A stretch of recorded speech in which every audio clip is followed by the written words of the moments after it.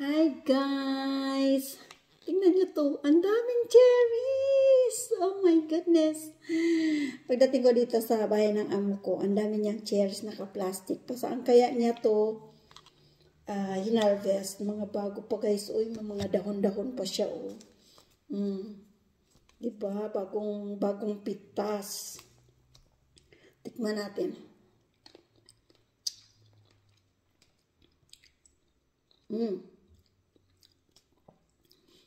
Hindi pa kayo masyadong nakakagabi-giba ng muka.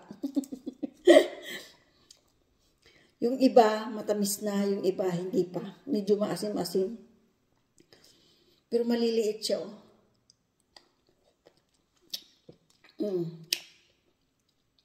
Ito, okay. Yung una kong nakain, maasim.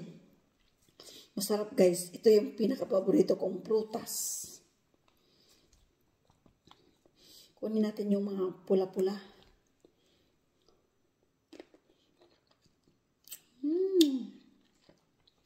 Yun ang matamis. Dami, no? Alam mo, kaya ko tong upuan at kainin lahat. Kung matamis, ha?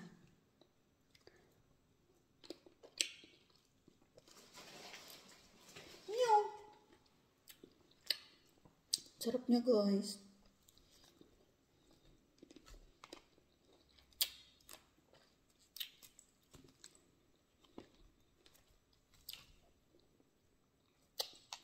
Late na to namunga.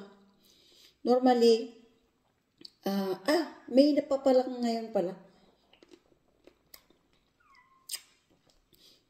Buwan ng May, ang maraming bunga ng cherries. Kaya ito maliliit.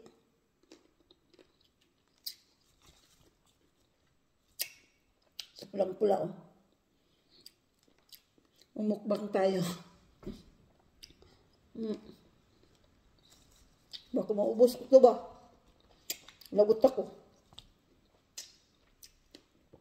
Sarap.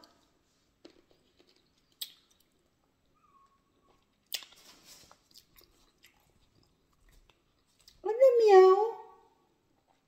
Kasi kapag naulanan ang cherries, may uod siya. Hindi na makain. Yung iba hindi na nila kinukuha sa puno, pinababayaan na lang.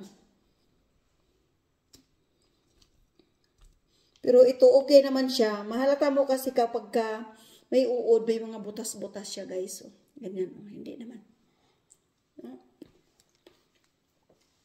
Bye! Thanks for watching.